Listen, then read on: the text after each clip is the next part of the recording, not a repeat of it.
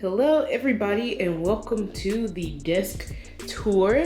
Let's just start with the biggest piece of it. So this desk is an autonomous AI desk. It is the 60-inch version, 60 inches across. And this desk is massive. It's like 60 inches across, which is 5 feet. And then I don't know, this is at least 3.5 feet wide. So it takes up a good amount of real estate in the office. And I was really into it at first. You see like half the desk can just be your stuff and the other half can be your working space. But now maybe we don't need a desk this wide, which is why this video is coming to you today, because I'm gonna change this up soon, but I wanted to share what I have right now. And this is also a standing desk. You can program 4 different predetermined levels. So I think right now it's at level, nope, I had it even lower. So this is my level 1. This used to be my baseline, how high up I wanted to have my desk. And then level 2 is my standing position. And the one thing to note when you have a standing desk is that you need to make sure that your cables can reach the ground without pulling. When you put it to standing, you don't want your stuff, your wires to be pulling up. And my cable management is non-existent. I just don't care. I don't look. Just don't look and you won't care about your cable management. But you can see I only have 2 plugs and then that extra one right there for my extra laptop charger. This is a Anker charger.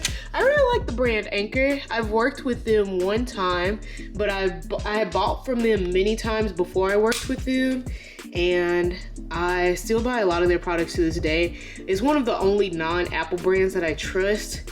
But yes, this is just extra for when I have my MacBook up there and it's not connected to the display and can't charge.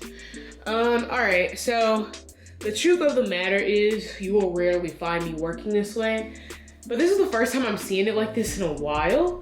And so I'm kind of you know what, maybe we should work like this more often, standing up. But it's just not that serious. It's never that serious. And I think the highest this goes is 50 inches or 52. It goes up pretty high. Everything that I mentioned today will be linked below if there is a link. And you can check it out there. Of course, there will be affiliate links because I need to get my money. And if you don't want me to get my money, that's fine. Look it up yourself. Okay, so let's start at this part of the desk. So this is one of my favorite desk accessories. It's just a little stand for your headphones. One of my favorite things though is that you can choose to have it out like it is now, or you can make it even more discreet and have it go that way. And so, your headphones are just there. They're just there. They don't have to be on display on the top, taking up space. They're under the desk and you can grab them when you need them. Now the headphones themselves, these are the Xbox headphones. I actually really like these. The quality is awesome on them. They have a mic and then it also has a mute button on the headphones themselves. That green thing is the power button, and then you control the volume with this side by turning it. You control the volume by turning this one, and then if you're actually playing a game, you can control how much of the game you hear versus how much of the people you hear by turning this one. But I really only use these for work, and so I don't really use that much. And there's this one. These cups are super soft and they don't bother me when they're on my head for a long period of time. And then this piece right here is really soft too. They would probably be really awesome for Xbox, but in all reality, I bought them because when I first started at Microsoft, it was in May of 2020 and it was Corona time. And so there weren't that many headphones available. So I got Jabra headphones instead of the Surface headphones that most people get. And I didn't really like the vibe of those, so I bought these. And they're really nice and they're really cool, and I only use them for work. And they're easy to travel with and stuff. So yeah, we can come up this way. So you see these little gadgets and gizmos on my desk. My what would Beyonce do sign, that's just to keep me grounded, standard issue there. This is one of those little toys that kids use. They flip to show if they're happy or sad. And you know, they probably also play with them. But my team's mascot is an octopus, and so this was part of our like little Christmas gift that they sent us. And I thought it was cute, so I keep it on my desk. This thing here is just a card reader or a USB hub, a hub in general, because I use a MacBook and there's no freaking ports on my computer. So I need to buy things to make my $2,000 computer work the way that it should. And then this is my hard drive because I make a lot of videos and you always need more space and a place to keep them, so I put them all there. And then we can talk a little bit about this monitor. I don't remember the exact numbers because they don't give it names. They just put a bunch of numbers behind a single letter. But this is a 32-inch monitor. A wide monitor, you know, it's kind of overrated, I'm not gonna lie. It was really exciting when I first got it. I was like, oh, I'm gonna be king of everything. Like, nobody's gonna stop me. I'm gonna be so productive. But no, it just doesn't work like that.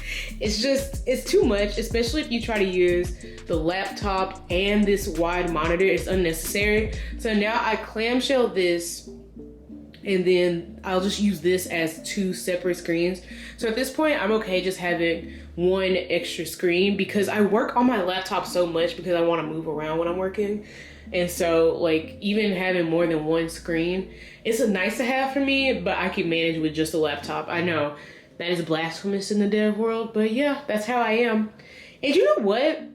The whole thing around like multitasking, unless I'm doing one thing where I need to like have a reference, like maybe I'm reading some instructions or I'm like trying to copy paste from somewhere, or like, you know, check out two different pieces of code, two different program files and figure out which one is it, like that kind of stuff. Are you really multitasking, or do you just have a bunch of stuff open and you're looking at one thing at a time? Let's be serious here. But yeah, this monitor is really nice. It has speakers in it, and that is very convenient, so I don't have to have speakers on my desk. But if you cared about sound, you would want some extra speakers anyway. So that's the monitor, really nice. If you want to try out a 32-inch, you know, go for it. But I do think it doesn't get old fast, but me personally, because I like to move around, I got over it. It took me about 1.5 years to be like, yeah, you know what, I didn't need all this. Because I used to have all three of these going. This would just hold calendar or email, and then these two would actually be working. And sometimes I would even have three. It was never that serious. It was never that serious. All right, so let's move on to my webcam. This is a Logitech. This is the 4K webcam that they sell, and this is such a gift. Like, it's such a good webcam. You look so good. If you want to look like the people who have the like DSLR setups as their webcams, but you don't want to spend DSLR money, or you're like me and you don't want to use your camera that way, this is such a good alternative. It's so nice, but I would say you need a light with it to make sure your lighting is really good and you're gonna look amazing. If you don't have the lighting with it, then you're gonna miss out on some of the quality. But even without the light, it's still really good quality. But it's just like a little acrylic stand for the office. You can put whatever you want on it. You can see down here, I have some postcards from the Louvre because I have class and taste, and you know, I'm artsy. And then I put the laptop on top, and then this is a little picture holder that has no picture in it right now. I keep this mouse here. This is the Magic Mouse from Apple. Arguably one of the worst mice ever created, but the reason I keep it around and the reason I still use it is because the gestures on it are just A1. They can't be beat. You just can't get that with a non-Apple mouse. My iPad is just here. Like, I use it sometimes. This is my very most favorite mouse. It's by Logitech. It's called the Logitech Pebble. This one is the white one, and I bought it because of that. This one says Logitech Slim Mouse for Mac. It's just a Bluetooth mouse. It does not matter if you use it with a Mac or a PC. Beautiful, and my favorite part, silent. Okay, you might have heard a little bit of a noise, but y'all know how a regular mouse sounds compared to that? That is just the bee's knees. Really easy to travel with because it's so flat, but it's still ergonomic. better than the Magic Mouse, I'll tell you that. I like this way better than the Magic Mouse. And then this is the Logitech keyboard to match. Now, I did used to have the mouse in the same color, but I ran that mouse into the ground and it took me like 3 years. But think about it, 3 years using the mouse every day for like probably 10 hours a day. I was doing a lot. And then as soon as I bought this one, the old mouse that matched this keyboard started working. But yeah, it's just put away for now because I didn't want it to be junky. So I love this keyboard. I do wish they sold it in a full size because that would make my life. I love a number pad and I love my stuff to be kind of spread out. This is really cramped, but that's because it is good for travel. You can connect this to up to 3 devices at once, and the way you tell it which device to type on is just by pressing one of these buttons. See, that one's lit up, so I think right now it would be connected to my MacBook. But yeah, such a great keyboard. Has a bunch of functions on it, on the keys, and it is pretty much silent. Now I will say I do love a mechanical keyboard in the click clack, but for aesthetics, sometimes I just want to use this and then I'll switch out to like a Keychron or something. I have quite a few keyboards, so maybe I'll do a keyboard video one day. So let's move over to this shelf. So this isn't the prettiest shelf, but it does what it needs to do, and I think I paid like $15 for it. So it's just a placeholder. So on the top, you'll see all my writing utensils. I have my Crayola markers and my pens, pencils, and a pair of scissors. You always need a pair of scissors. I'm not gonna go through every pen in the cup, but I do want y'all to know that these two things are such a great combo. So this is the Papermate mechanical pencil, the Superior mechanical pencil, and then the Sharpie pen, okay? Not the Sharpie marker. This is not a permanent marker. It's a pen. It doesn't bleed. It's like the perfect width, like the ballpoint is the perfect size. It's not ballpoint because there's no ball in it, but it's felt tip, and it's just great, okay? These two right here are an outstanding combo for note taking. And then I have this little handheld fan here, and then this is my blasphemous candle. I'm truly sorry if this offends you. I bought this when I was down bad and I needed a laugh, a smile, and I saw this and it was great, so I bought it. Beyonce probably even hates this kind of candle. I think they call them Illuminidal, whatever. Just a little candle. I never burn it. You can tell the paper's there, but it's just a thing, you know. It reminds me to work hard. And then I have this candle, which smells like Seattle rain. My friend got it for me because I was supposed to move to Seattle in March 2020 or April 2020, right before my job started, and then it didn't happen. So he bought me some stuff to get me ready to move to the Pacific Northwest. And now I'm in Texas forever, but I still have the candle. I still burn it. It just kind of smells like the fresh outdoors, but I won't say that it smells like rain. I don't think it does. This next level is just any books that I use for school or for class, and then my note-taking books. I like to use Moleskine. They have these really nice, like, I think it's leather, but I could be wrong. It should be for the price. And then it also has this little, like, scrunchie so that the book will stay closed, and then you open it up and the paper is really nice. And then it has this bookmark. So, you know, it's just a really nice journal overall. They are pricey. This is a $30 journal, but when your classes are $10,000 each, it's just like, what's another $30, you know? Like, you are never gonna win.